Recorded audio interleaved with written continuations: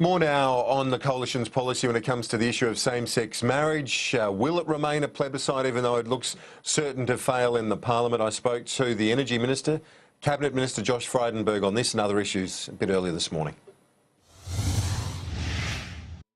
Well, Kieran, we took an election policy and we won the election. And our policy was to have a plebiscite.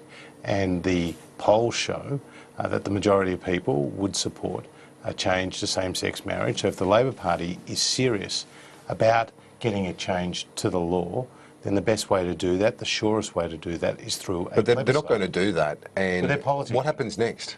Well, they're politicking, and pressure should go back on them, given that Bill Shorten has, in the past, supported a plebiscite. Our position's clear. We want to have a people's vote through the plebiscite, and we won the election. And now the Labor Party should get out of the way and allow that to happen, and before you know it, the change will probably be made. But that's true in terms of it would expedite the change, but that is not going to happen. Labor's made it clear they're not going to back it. So what does Malcolm Turnbull do now? Particularly given George Christensen's comments, now Tony Abbott saying this is very good policy.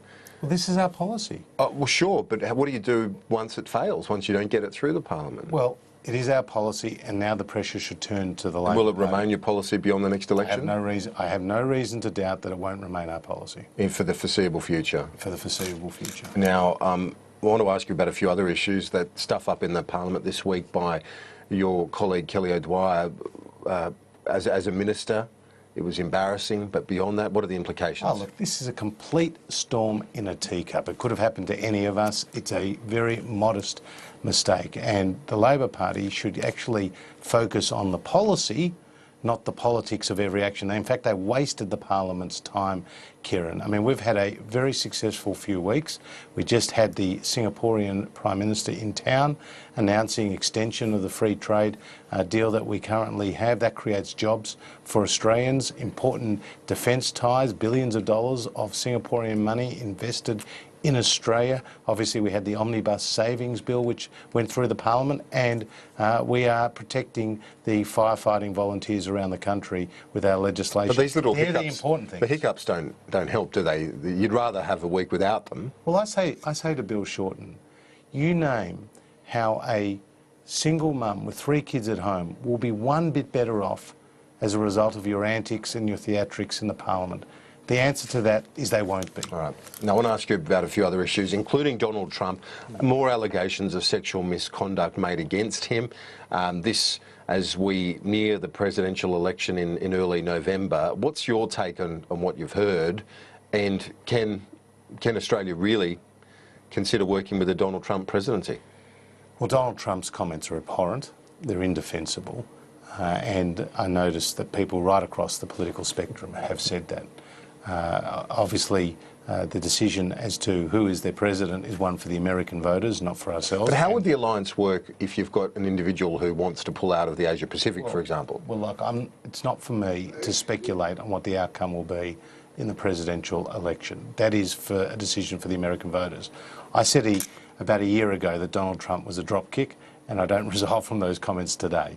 But we are here to defend Australia's interests, and it's in Australia's clear interest to have a strong working relationship with our most strategic ally and partner. That's the United States. We share fundamental values and freedoms, and we've worked so well in the past together, and no doubt whoever is the president we will continue to do so. Now, Mr Abbott last night said that the vast majority of Trump supporters are not deplorable. He said, of course, the recent comments that have been aired over recent days are gross beyond belief, he says, but the supporters are decent people in large part who want to see change inside their countries. And that's I don't think you can tarnish every Trump supporter with Trump's comments. I mean, I think that's just a sensible statement of the obvious. But this is a very fiercely contested election. Yep. The debate that we just saw between Hillary Clinton and Donald Trump was pretty vitriolic, not something I'd like to see repeated here in Australia. But it will all be resolved in November, and we just wait the outcome, and then we'll get on with defending Australia's interests. In your policy area, a couple of things that we should touch on. A big one for Tasmania today. It's the front page of the Mercury. A $50 million injection into the Antarctic Division and basically saving the Macquarie Island facility. Can you talk us through exactly what's going to happen? Because the government is going to shut it down. Well, Kieran, this is a big announcement for the country, not just for Tasmania. Macquarie Island is a key research base and scientific base. It's midway between Tasmania and the Antarctica. We've had a continuous permanent presence there for decades, and the Bureau of Meteorology, Geoscience Australia and other agencies do important work there, modelling the climate, taking tests from the Southern Ocean to ensure that there are no toxic gases in it, and other important research. So it's a key research centre. Why was the government going to shut it down? Well, today's announcement is $50 million to build a state-of-the-art facility to ensure that in winter 15 researchers can go there, and in summer 30 researchers can go there and continue their good work. There were going to be budget savings across the board as a result of paying back Labor's debt. We were going to still have a presence on Macquarie Island, but not a permanent year-round presence. But after today's announcement, we will. And, well, again, the question is, given Tasmanians have been arguing this for some time, why was the government looking to scale that back? Well, what we were trying to do is get the most value for our dollar. Right. And that was not to, not to have a permanent presence there, but after me speaking to the Bureau of Meteorology, other key stakeholders... You've been convinced? I've been convinced about the need for this. Now, the Snowy hydro scheme, that's going to be heritage listed? Yeah, that's a very important announcement today. This was a wonderful, iconic, big thinking, big vision agenda that Ben Chifley and Sir Robert Menzies had back in 1949. It took 25 years to build. 100,000 people built the Snowy hydro scheme. In fact, I think the father of our good friend Ed Husick was involved in building the Snowy hydro scheme.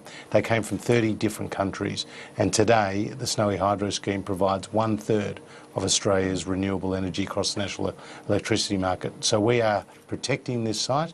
It's a wonderful engineering accomplishment and achievement, and it's something we should savour and remember. Yeah, well, it's certainly part of the national history, isn't it? The national story. Josh Frydenberg, good to see you. Appreciate your time. Great to be with you, Kieran.